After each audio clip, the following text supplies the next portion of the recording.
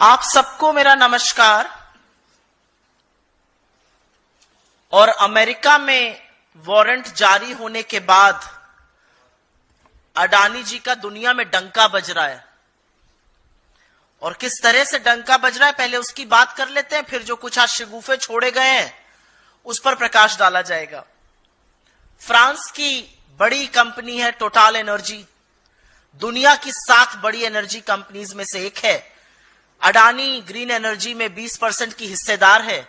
उन्होंने निर्णय लिया है कि अब भविष्य में अडानी ग्रुप में कोई भी निवेश नहीं होगा।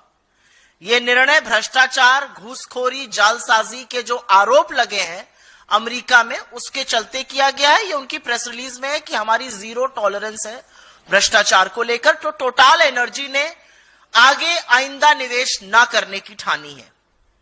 यह फ्रांस से कहानी आ रही है। एक अमेरिकी एजेंसी है जो अब रिव्यू कर रही है कि श्रीलंका का जो बंदरगाह, जो पोर्ट अडानी को मिला था, उसके लिए फाइनेंस रिलीज किया जाए या ना किया जाए। करीब $553 मिलियन का करार है, वो किया जाए या ना किया जाए। अमेरिकन एजेंसी ये रिव्यू कर रही है। श्रीलंका खुद अडानी पावर डील का रिव्यू कर रहा है और अलर्ट पर है। इजराइल में हाइफा पोर्ट जो मोदी जी के जाने के बाद मिला था, जैसे श्रीलंका की डील भी मोदी जी के कहने से मिली थी, और मैं नहीं कह रही हूं, वहां के पूर्व राष्ट्रपति ने कहा है। इजराइल मोदी जी जब गए थे, वहां से लौटे तो हाइफा का जो एयरपोर्ट, हाइफा के पोर्ट का करार मिला था, वहां पर श्रमिक जबरदस्त विरोध में उतरे हुए हैं अडानी के खिलाफ।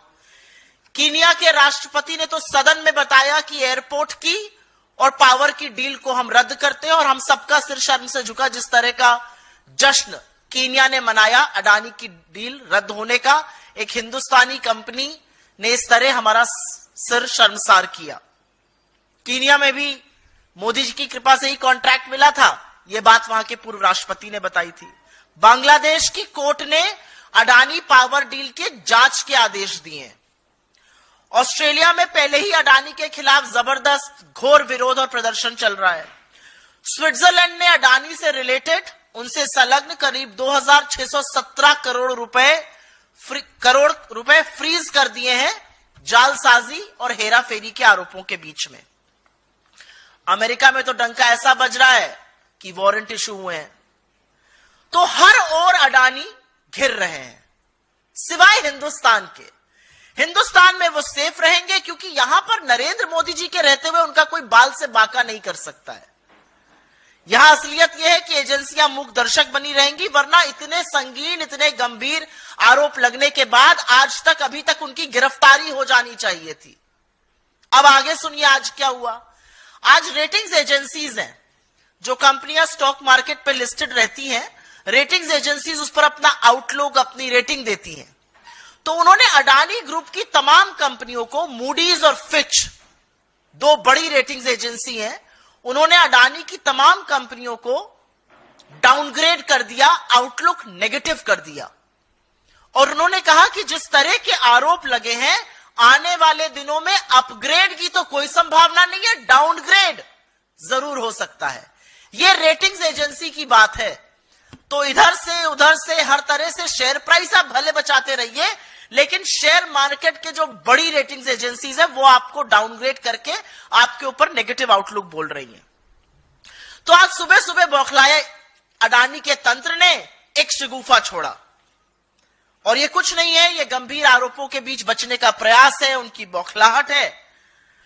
लेकिन यह जरूर लगता है कि जब शगुफा छोड़ा जा रहा था तो शगुफा छोड़ने वाले ने शायद आरोप पढ़े नहीं है, क्योंकि फटाक से वकालत का जामा पहनकर इस देश के प्रमुख वकीलों में से एक बचाव में उतरे, और उन्होंने यह भी कहा मैं बचाव नहीं कर रहा हूं, मैं सिर्फ यह बता रहा हूं कि डिपार्टमेंट ऑफ जस्टिस का काउंट 1 से काउंट 5 में अडानी का नाम नहीं है।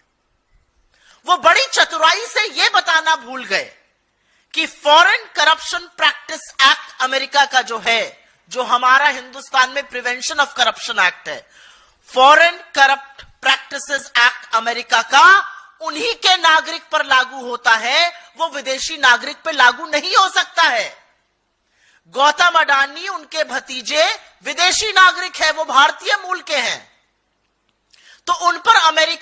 एफसीपीए के तहत आरोप लागू नहीं कर सकती है, लेकिन तमाम इनक्रिमिनेटिंग एविडेंस अमेरिका ने अपने ऑर्डर में दी है, जिसका अभी मैं आपको उल्लेख करूंगी।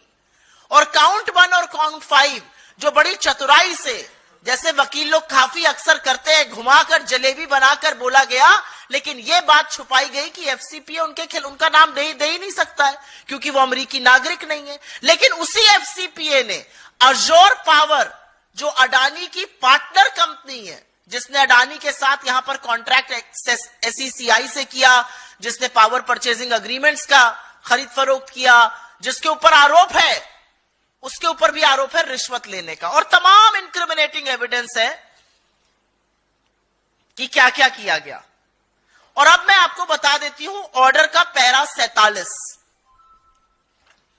जो साफ तौर पे कहता है गौतम अडानी, सागर अडानी और अन्य लोगों ने भारत में रिश्वत देने, रिश्वत की पेशकश करने, रिश्वत का वादा करने की एक योजना तैयार की, और इस घूस के बदले सरकारों से बिजली कंपनियों को केंद्रीय PSU solar energy corporation of India के साथ बिजली करार साइन करने के लिए बाध्य किया जाएगा।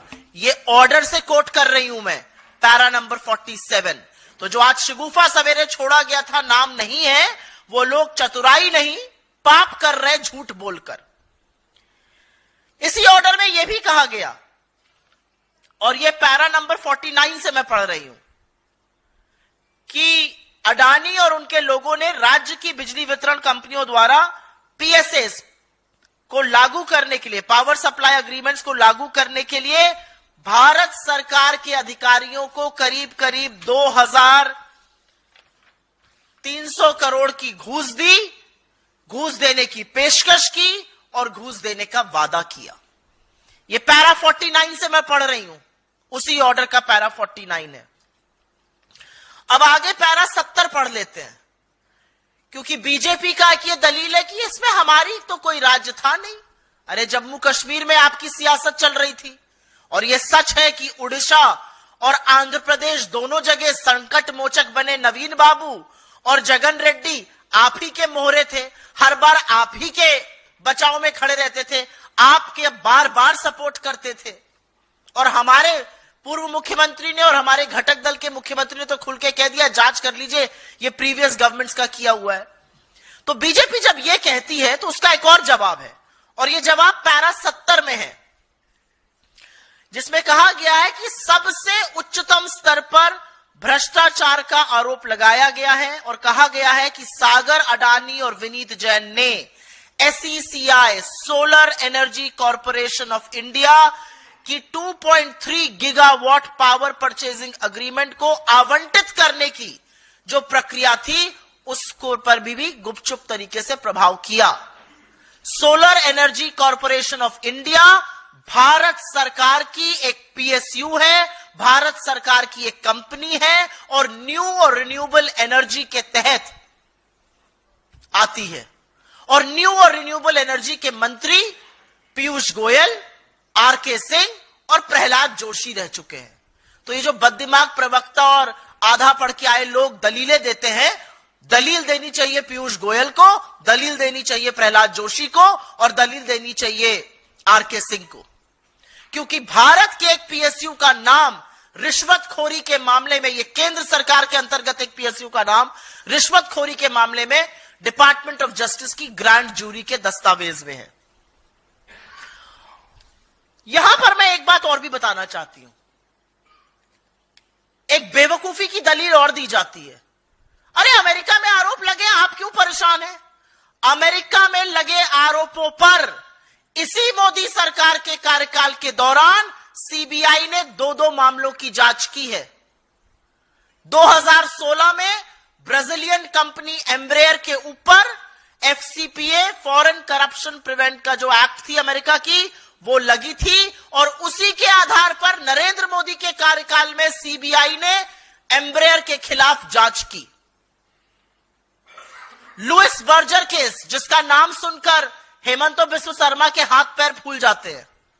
लुइस बर्जर केस, अमेरिका की एक अदालत में घूस देने का मामला सामने आया, उस आरोप के आधार पर सीबीआई ने हिंदुस्तान में जांच की है, और आपकी समझ और बताने के लिए बताना जरूरी है कि हिंदुस्तान की सेबी और अमेरिका की सिक्योरिटीज एक्सचेंज कमीशन के बीच एक बायलैटरल एग्रीमेंट है। और अगर एसईसी की जांच में इतने गंभीर आरोप सामने आए हैं तो यह सेबी की जिम्मेदारी है, दे आर अंडर ऑब्लिगेशन कि वो जांच करें। तो यह दलील बिल्कुल नहीं चलेगी कि वहां आरोप लगाए हम क्यों जांच करेंगे, क्योंकि आपने बाकी केसेस में की है, क्योंकि आपने लुइस बर्जर केस में और एम्ब्रियर के केस में जांच की है। पर क्योंकि अडानी का नाम सामने आ गया है तो आपको सांप सूंघ गया है। हमारी एजेंसियां हाथ पर हाथ धर के मूक दर्शक बन गई हैं। किसी और पर भी आरोप होता तो आपको क्या लगता है, ED, CBI, income tax, SEBI ऐसे ही मूक दर्शक बने रहते। इनके हाथ पैर सिर्फ इसीलिए फूले हैं क्योंकि अडानी का नाम आया है। और एक बात तो सच है, यहां पर वो क्यों सेफ है और कैसे सेफ है, यहां पर उनसे कोई एजेंसी सवाल नहीं पूछ रही है। सदन में उनका नाम ले लो, चर्चा तो बड़ी दूर की बात है, नाम ले लो तो सदन स्थगित हुआ जा रहा है।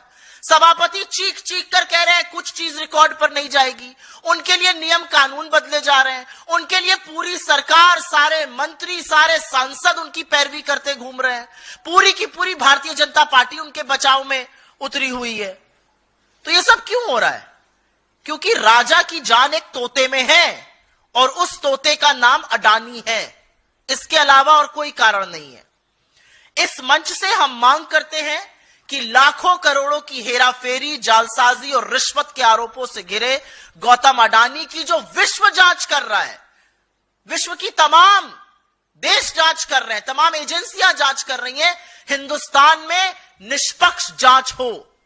इतने संगीन आरोपों के बीच इस मंच से हमारी मांग है उनकी गिरफ्तारी हो। हमारी मांग है कि संसद में गौतम अडानी के खिलाफ लगे आरोपों पर विस्तृत चर्चा हो और हमारी मांग है कि सत्तारूढ़ दल के सांसद, सरकार के मंत्री, सत्तारूढ़ दल बेशर्मी त्याग कर अडानी का बचाव करना बंद कर दे। एक व्यक्ति जिसके चलते हिंदुस्तान के rule of law and order पे, हिंदुस्तान के कॉर्पोरेट उद्योग जगत पे, हिंदुस्तान के मार्केट पे, मार्केट की क्रेडिबिलिटी पर, हमारे इंस्टीट्यूशंस पर, हर चीज पर, हमारी कॉर्पोरेट गवर्नेंस पर धब्बे लग रहे हैं, दाग लग रहे हैं, उनका बचाव बीजेपी और उसका तंत्र बिल्कुल बंद कर दे। I will very briefly make a statement in English, and as you know,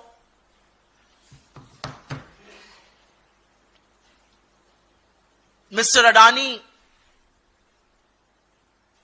has been investigated by various countries across the globe ever since those warrants have been issued by the United States. Total Energy of France has decided that it will not make any fresh investments in the Adani Group. Remember, Total Energy is one of the top 7 energy companies in the world. It has a 20% stake in Adani Green. They have decided no fresh investments. All investments have been stalled. We all know that the American agency is now reviewing whether the funding should be allowed or should not be allowed for the Sri Lankan port that has been given to Adani. We all know Sri Lanka itself is reviewing the Adani power deal, one that became a reality thanks to the intervention of Prime Minister Modi. Israel, the Haifa port is facing huge challenges with labor unrest. The Kenyan government has already cancelled a port, an airport and a power deal. Bangladesh court has ordered a probe into the Adani power deal. Australia has seen rampant charges of corruption and rampant protests all across Australia against Mr. Adani. Switzerland has frozen about 2,617 crore rupees connected to Adani on charges of misdeeds. America, of course, has issued the warrant. But in India, Mr. Adani continues to be safe. No questions are going to be asked to him. Not a single agency is going to act. And the government is going to look the other way and will do all it can to protect Mr. Adani. The reality is that ratings agencies like Moody's and Fitch have downgraded Adani stocks and have kept their downgrade outlook to negative. They have also said it's unlikely the outlook will be revised to positive, it is very likely that they will be downgraded further. So this morning, the entire ecosystem of Gautam Adani and his company got together and issued certain statements. And it's important to remind what those statements are. A very senior lawyer in this country, who of course first gave the caveat, I'm not here to defend Mr. Adani, defended him with all the authority bestowed on him. He told reporters present there that count 1 and count 5 of the Department of Justice order does not name Mr. Adani. And that's the beauty of how lawyers sometimes skip the naked truth. The naked truth is that the Foreign Corrupt Practices Act mentioned in count 1 and count 5 can only be applied to American citizens. And because Gautam Adani is not an American citizen, his name doesn't feature there, but the reality is incriminating evidence and various mentions of Adani all through the order feature, and I will just talk about that in a bit. Azure Power, Adani's partner in America, has been named in count 1 and count 5. The reality also is that the documents of the grand jury of the Department of Justice very categorically state, and I will quote here, in para 47, it clearly says that Gautam Adani, Sagar Adani and others devised a scheme to offer, authorize, make and promise to make bribe payments to Indian government officials in exchange for causing state electricity distribution companies to enter into PSAs with the Solar Energy Corporation of India. Para 49, this is para 47 I quoted. Para 49 goes on to say that they offered and promised to Indian government officials approximately 2,029 crore rupees in bribe for exchange of causing the state electricity distribution companies to execute the power supply agreements. It doesn't just end there. Para 70 goes on to name the Indian government PSU, the public sector undertaking right under the nose of the central government, the Solar Energy Corporation of India, which comes under the aegis of the new and renewable energy ministry. And it says that SECI was influenced to change its process of allocating 2.3 gigawatts of PPAs to India's energy companies. Those are the charges. Very, very strict charges against a government PSU, and the reality is that not one person who has held that ministry, Piyush Goyal, R.K. Singh, Prahlad Joshi, not one person comes to the fore and makes any case for it. An Indian PSU being named in the order.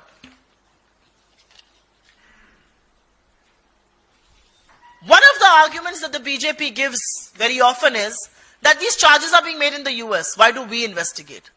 Well, this very BJP government, headed by Narendra Modi, got the CBI to investigate Embraer, which was facing similar charges in the United States in the Department of Justice, got them to investigate the Louis Berger bribery scandal, which again was being probed in the United States, and certain things were revealed in one of the courts of New Jersey. Why did that happen then?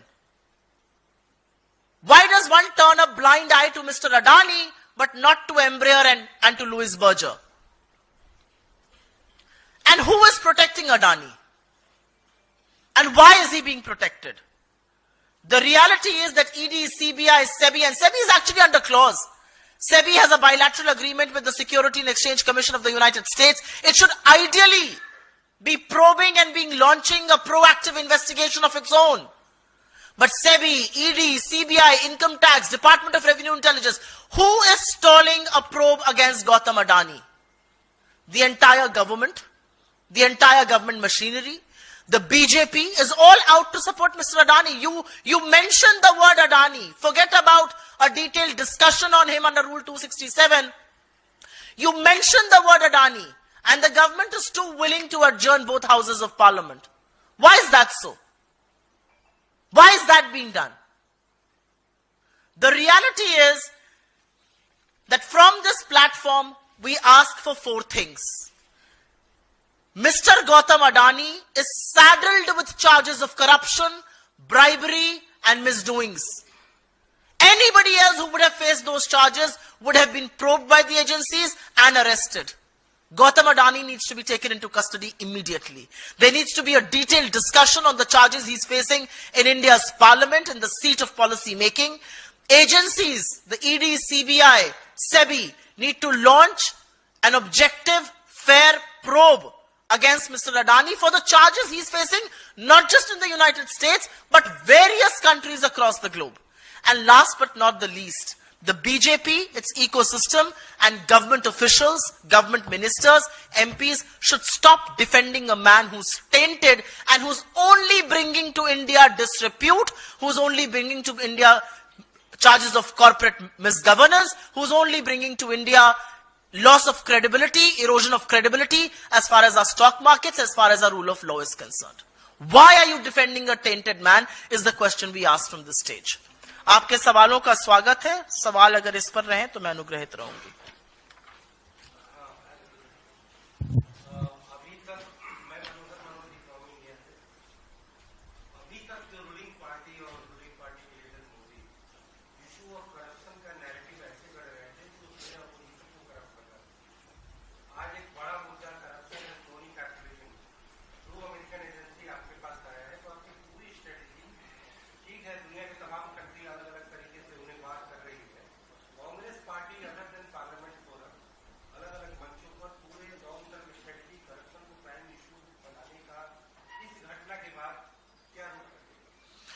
मुझे लगता है हम अडानी का मुद्दा आज से नहीं उठा रहे हैं. हम अडानी का मुद्दा उस दिन से उठा रहे हैं जिस दिन से उनके खिलाफ स्टॉक मैनिपुलेशन का, ओवर इनवॉइसिंग का, राउंड ट्रिपिंग का, शेल कंपनीज के बड़े गंभीर चार्जेस लगे थे. ये पहली बार मैं प्रेस कॉन्फ्रेंस नहीं कर रही हूं. मेरे सहयोगियों ने, मेरे नेता ने, मेरे अध्यक्ष ने लगातार प्रेस कॉन्फ्रेंसेस करी है, लगातार चुनावी मंचों से इस मुद्दे को उठाया है और हम लगातार अडानी से स्पष्टीकरण मांग रहे हैं और देश की सरकार से ये आशा कर रहे हैं और उनसे कह रहे हैं कि अडानी की जांच कीजिए. इसके चलते हिंदुस्तान की बहुत बेइज्जती हो रही है, हमारी साख गिर रही है. ये पहली बार नहीं है. हमारे लोगों ने अपनी सारी राजधानियों में प्रेस कॉन्फ्रेंस करी है, हमने सदन में यह मुद्दा उठाया है और मेरे नेता राहुल गांधी ने जब अडानी और मोदी की बखिया उधेड़ी थी तो उनकी सदस्यता तक लेने का कुत्सित प्रयास भारतीय जनता पार्टी ने किया था. तो हम अडानी का मुद्दा अभी से नहीं उठा रहे हैं. हम किसी से डरते नहीं है. हमें लगता है कि भारतीय उद्योग जगत में बड़े बड़े उद्योगपति हुए हैं जिन्होंने इस देश का नाम रोशन किया है, जिन्होंने विश्व में भारत का डंका बजाया है. लेकिन यहां तो डंका एक के बाद एक डील कैंसिल होने का, भ्रष्टाचार के आरोप का, रिश्वतखोरी का, जालसाजी का, हेराफेरी का बज रहा है. तो मुझे नहीं लगता कि हम इसमें चुपचाप बैठेंगे. भारत के सदन, भारत के संसद में अडानी के खिलाफ लगे आरोपों पर गंभीर और विस्तृत चर्चा होनी चाहिए. जितना सरकार उस चर्चा से भागेगी उतना यह क्लियर होता जा रहा है कि सरकार अडानी के बचाव में पूरी तरह से संलग्न है. सरकार और नरेंद्र मोदी इस भ्रष्टाचार के उतने ही दोषी हैं जितने खुद Gautam Adani. Ma'am, do you believe it will lead to a parliament washout? This session could be a washout since both the opposition and the ruling party are locking horns regarding this issue. And will Congress hit the streets protesting for action against You know, this particular term, washout, is a very favorite word of media. And I'm not talking about you, but I go and represent the Congress party across various news channels. I read newspapers in the morning. What is Parliament meant for? Parliament is not meant for pleasantries. Parliament is not meant for MPs to go and show bonhomie with each other or have a cup of steaming coffee. Parliament is meant for discussions on the most important issues that plague our nation, that plague our people. It took us a Herculean effort to get the government to speak on Manipur. The government doesn't want to discuss unemployment. The government doesn't want to discuss high prices. The government doesn't want to discuss income inequality. But when you have an Indian corporate who's facing criminal indictment charges and everybody knows of the proximity that he and Narendra Modi share, how are we expected to keep quiet? I mean, what do you expect the opposition to do? Pretend nothing has happened? I mean, Australia, Sri Lanka, Bangladesh, Kenya, France, Switzerland, United States, everybody is probing Adani. Everybody is cancelling deals. Everybody has leveled very, very serious charges. It raises questions on us. Is anybody in the government willing to come out and tell you that for the last 12 quarters, FDI has been falling? Why is it falling? You know, this whole tom-tom, FDI arrived. Why is FDI falling? Because somewhere in the minds of investors, India as the preferred destination for investment, where rule of law, where fair practices, where corporate governance is incredible, has been eroded. And has been eroded because you have one crony capitalist who you want to create into a monopoly. You've created his monopoly in ports, in airports, in power purchase agreements. All of the Prime Minister's foreign trips seems to be a business deal to get Mr. Adani some new deals. How are we expected to keep quiet? And this matter is not just about corporates. This matter affects the people of this country. What was Mr. Adani trying to do? He was trying to bribe, and he did bribe.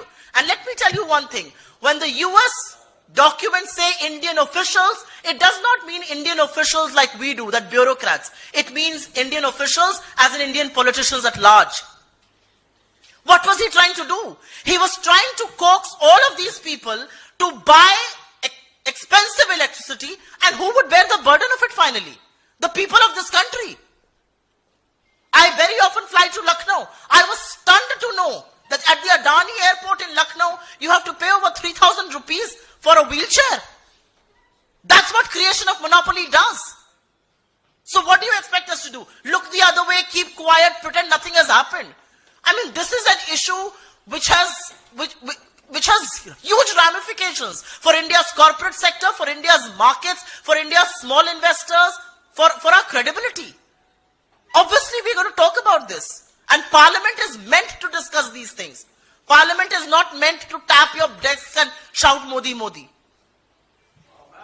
मैं इसको हिंदी में भी बोलना चाह रही हूं. ये जो एक बड़ा शब्द है ना, ये वॉश आउट, ये मीडिया का बड़ा चर्चित, उनका बड़ा, आप लोगों का बड़ा ये प्रिय शब्द है. आपको बहुत अच्छा लगता है ये शब्द. और आपसे ज्यादा आपके जो कमांडो वॉरियर एंकर स्टूडियो में बैठते हैं, उनका तो बहुत ही उम्दा प्रिय है. रोज ऊपर लिख के आता है वॉश आउट, वॉश आउट. क्या है वॉश आउट? और भारत का सदन क्यों है?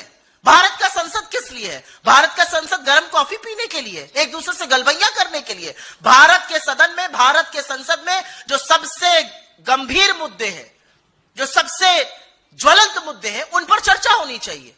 एक आपका उद्योगपति जो नरेंद्र मोदी का चहेता है, ये सारी दुनिया जानती है. नरेंद्र मोदी के कहने से उसको श्रीलंका में, बांग्लादेश में, इजराइल में, कीनिया में, हर जगह डील मिलती है.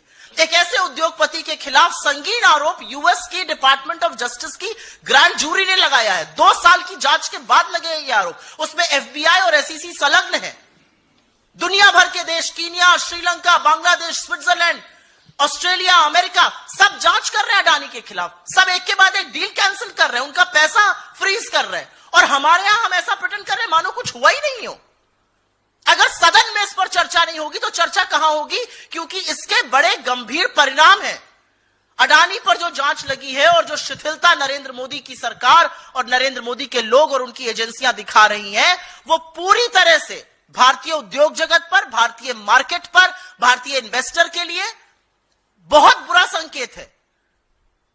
ये कहीं ना कहीं हमारी जो कानून व्यवस्था है उस पर सवाल उठाता है. ये फेयर प्ले पर सवाल उठाता है. ये कॉर्पोरेट गवर्नेंस पर सवाल उठाता है. और इसलिए इसकी चर्चा सदन में होनी चाहिए. हमें मशक्कत करनी पड़ी थी जब इस सरकार ने मणिपुर पर चर्चा करी थी, और आप सबने देखा था कि 36 सेकंड मणिपुर बोलकर प्रधानमंत्री निकल गए थे. यह सरकार बेरोजगारी पर चर्चा नहीं करेगी, महंगाई पर नहीं करेगी, आर्थिक असमानता पर नहीं करेगी, अडानी पर नहीं करेगी. तो मोदी वंदन करने के लिए सदन नहीं है, वो बीजेपी के हेडक्वार्टर में करिए. ओके, तो आप लोग केंद्र सरकार पर दबाव डाल रहे हैं, अच्छी बात है, सदन में उठा भी रहे हैं, लेकिन वो आक्रामकता नजर नहीं आ रही. हमने संसद में 2 दिनों में कोई प्रदर्शन नहीं देखा इस मसले पर कांग्रेस की अगुवाई में इंडिया गठबंधन के द्वारा. एक और दूसरा कि ये जो मामले जिन राज्यों का नाम इसमें लिया गया है उसमें एक तमिलनाडु भी है जहां इंडिया गठबंधन की सरकार है. रिश्वतखोरी के आरोप हैं. क्या डीएमके सरकार अपने स्तर पर इसकी जांच करवाएगा? आप लोग ये मांग करते हैं, और अगर इसमें तथ्य होता है, क्या ये मैं आपसे समझना भी चाहता हूं, पूछना भी चाहता हूं कि क्या डीएमके सरकार तमिलनाडु की इस मामले में गिरफ्तारियां कर सकती है जो आप लोग मांग कर रहे हैं? सर्वप्रथम तो चित भी मेरी और पट भी मेरी नहीं चलेगी. हमें सकारात्मक भी रहना है, हमें रिस्पॉन्सिबल ऑपोजिशन भी रहना है, हमें मुद्दे भी उठाने हैं। और अगर हम आक्रामकता करके वेल में आ जाएंगे तो आप ही लोग कहेंगे चलने ही नहीं दे रहे सदन, ऑपोजिशन के चलते वॉश आउट हो रहा है। तो हम अपने स्तर से बहस करने की मांग कर रहे हैं। रूल 267 के अंतर्गत हमारे अध्यक्ष ने नोटिस दिया है, तमाम नोटिस लोकसभा में, हमें बहस करनी है। अब उसमें आपको आक्रामकता दिखे ना या दिखे, बहस तो अडानी पर करनी पड़ेगी इस सरकार को, पहली बात। दूसरी बात, आपने तमिलनाडु की सरकार का नाम लिया, मैं तमिलनाडु नहीं, मैं छत्तीसगढ़ की भी बात कर देती हूं। तमिलनाडु के मुख्यमंत्री ने अगले दिन आके कहा था ये जो डील थी ये AIADMK की सरकार ने करी थी, इस पर कोई भी जांच करनी हो कर लीजिए। हमारे छत्तीसगढ़ के पूर्व मुख्यमंत्री ने भी यही बात कही है। लेकिन सवाल इस बात का है कि राज्य जांच करेंगे या केंद्रीय एजेंसियां जांच करेंगी। जब ऐसे मामले पहले सामने आया, लुइस बर्जर केस हो गया, ब्राजीलियन कंपनी एम्ब्रेयर का केस हो गया, उसमें CBI ने जांच करी थी। तो अब CBI क्यों है? सिर्फ विरोधियों को काट खाने के लिए। अब CBI क्यों है? फलाना नेता है उसको जेल में डालो, CBI भेजो। अब CBI कोई जांच करने के लिए नहीं है। तो ये जो फ्रंटल बनाने का काम हुआ है उस पर भी हम सवाल उठा रहे हैं। और आपकी बात बिल्कुल वाजिब है। हमारे नेताओं ने तो एक डोनेशन दिया था अडानी ने 100 करोड़ का, और वो स्किल डेवलपमेंट यूनिवर्सिटी बनाने के लिए दिया था। हमने वो उनके मुंह पर दे मारा, हमें नहीं चाहिए भैया, इतने भ्रष्टाचार से घिरे आरोप से हमें पैसा भी नहीं चाहिए। हम तो उस तरह के लोग हैं। तो मेरा अपना मानना है कि इतने संगीन आरोप लगे, हर बार कुछ बातें ऐसी होती हैं, आप लोग कोर्ट चले जाइए, आपकी बात अपनी जगह वाजिब हो सकती है, लेकिन केंद्र सरकार क्यों है? क्या केंद्र सरकार झुंझुना बजाने के लिए है? दुनिया भर के देश में डंका पीटा जा रहा है कि हमारे यहां एक घूसखोर है, उसने ये कांड किए हैं, उसके ये काली करतूते, काले कारनामे हैं। नरेंद्र मोदी जी ने क्या आंख में चश्मा पहन लिया है? क्या उनको ये दिखता नहीं है कि देश दुनिया भर में हो क्या रहा है? और ऐसी क्या फंसी है?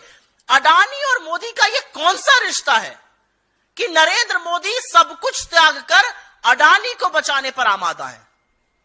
ये रिश्ता क्या कहलाता है? ये तो हम लगातार पूछ रहे हैं। टीडीपी करे जांच, DMK सरकार अपना नीतिगत फैसला लेगी, लेकिन उन्होंने तो अगले दिन ही आकर कह दिया था, और अगले दिन आके उन्होंने तुरंत कहा था कि इसकी जो भी जांच होनी हो जाए, ये हमारी प्रीवियस सरकार ने निर्णय लिया था। मुझे नहीं लगता कि इसमें कोई ये है। और जहां तक टीडीपी की जांच की बात है, अगर टीडीपी जांच कर रही है तो बड़ा संगीन मामला है, क्योंकि एक बैसाखी अगर बवाल करने लगेगी तो मोदी जी के लिए तो बड़ी दिक्कत पैदा हो जाएगी। मोदी जी तो अब बैसाखियों पर निर्भर है, और एक बैसाखी कह रही है कि आपके कलेजे के टुकड़े की जिस तोते में आपकी जान है उसकी हम जांच करेंगे। क्या करेंगे राजा जी? अब सवाल इस बात का है। जी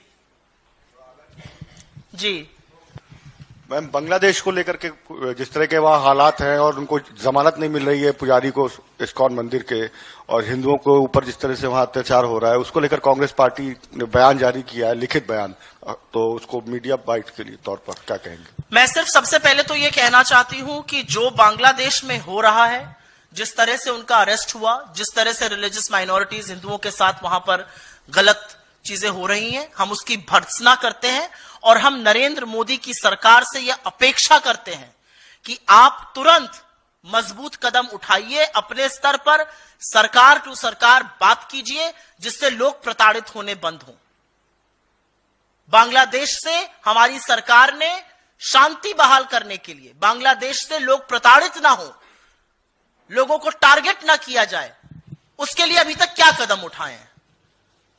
हम चिंतित हैं वहां की सिचुएशन देखकर, और हम पूरी तरह से उसकी भर्त्सना करते हैं। और हम इस सरकार से अपील करते हैं कि गवर्नमेंट टू गवर्नमेंट आप इस पर बात करिए और इसका कोई समाधान खोजिए। और उनको मैं इंदिरा जी की याद जरूर दिलाना चाहती हूं। जिस इंदिरा जी को आप पानी पी पी के कोसते होंगे, इंदिरा जी का ध्यान कीजिएगा। जब हमारे पड़ोसी देश गलत करने लगे तो दुनिया की आंख में आंख डालकर पाकिस्तान के 2 टुकड़े करके विश्व का भूगोल बदला और बांग्लादेश को जन्म दिया।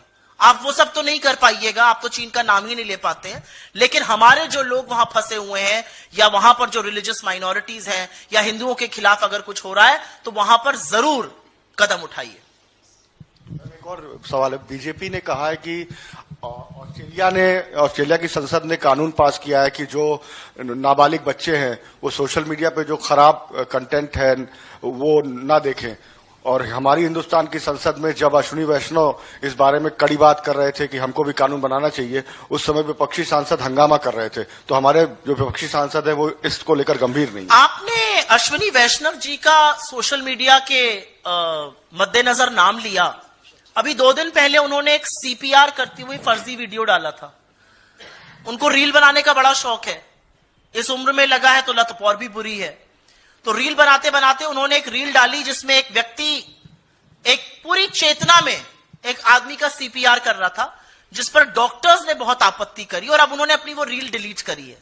अश्विनी वैष्णव वो व्यक्ति हैं, जब लोगों की मौत हो जाती है रेलवे एक्सीडेंट में तो वो रील बनाने में मशगूल रहते हैं।